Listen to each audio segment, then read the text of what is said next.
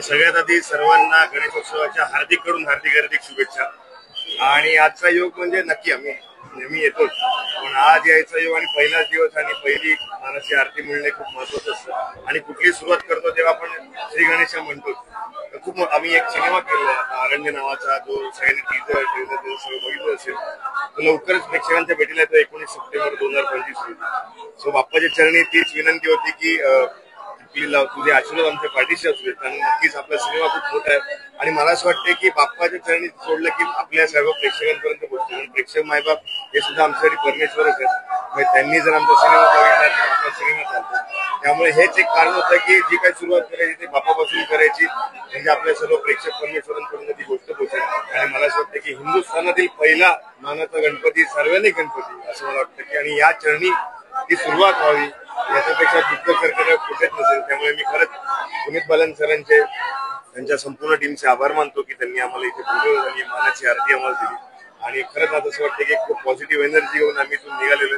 नक्कीच बाप्पाचे आशीर्वाद आहेत, प्रेक्षकांचे सुद्धा आशीर्वाद इथे मिळालेलेच आहेत। ती ताकद घेऊन आम्ही पुढे जाऊ आणि एक खूप चांगला आणि खूप वेगळा सिनेमा प्रेक्षकांच्या भेटीला येतो। आणि या माध्यमातून मी सांगण्याचं एक सांगेन की हा सिनेमा फक्त आम्ही सिनेमा केला नाही, या सिनेमाचं नाव अरण्य। अरण्य म्हटलं की जंगल येतो, झाडं आली, सगळ्याच गोष्टी आल्या। त्यामुळे आम्ही एक असा उपक्रम केला की जितके तिकीट जातील तेवढी आम्ही झाडं लावणार। म्हणजे एक तिकीट एक झाड, त्याच्यापेक्षा किती अजून मोठी होतील, जेवढी तिकीट विकली जातील तेवढी झाडं आम्ही लावणार आहोत। कारण की अरण्य नावाचा सिनेमा केला तर नक्कीच कुठेतरी एक वेगळं अरण्य तयार झालं पाहिजे आणि पुढच्या पिढीला झाडांचं महत्व सुद्धा कळालं पाहिजे।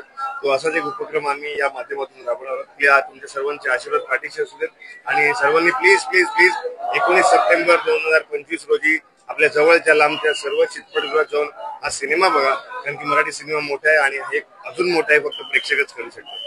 आणि मला असं वाटतं कुठेतरी आपल्यामध्ये एक लहान मुलं असतंच, तर ते आपण ते जागृत ठेवलं पाहिजे। आणि मला असं वाटतं की बाप्पा ठेवतो येऊन घरात मस्ती करणं हे माझं चालू असतं। आणि लहानपणीच्या आठवण म्हणजे आपल्या बिल्डिंग मधले गणपती, मित्रांच्या घरातले गणपती हे सगळे मिस करतो आपण। जसे मोठे होतो आपण सगळ्या प्रायोरिटी चेंज होतात, पण कुठेतरी ती धाकधूक असते। पण आम्ही आजही जे शाळेतले जे मित्र आहोत जवळ 60 ते 70 मुलं आम्ही या 10 दिवसामधले एक दिवस ठरवतो आणि आम्ही दादरमध्ये सगळे भेटतो आणि पुन्हा लहान होतो आणि पुन्हा एक त्या जुन्या आठवणींची उजळण होती। त्यामुळे नक्कीच ही एक मजा आहे, ती मिस करतो।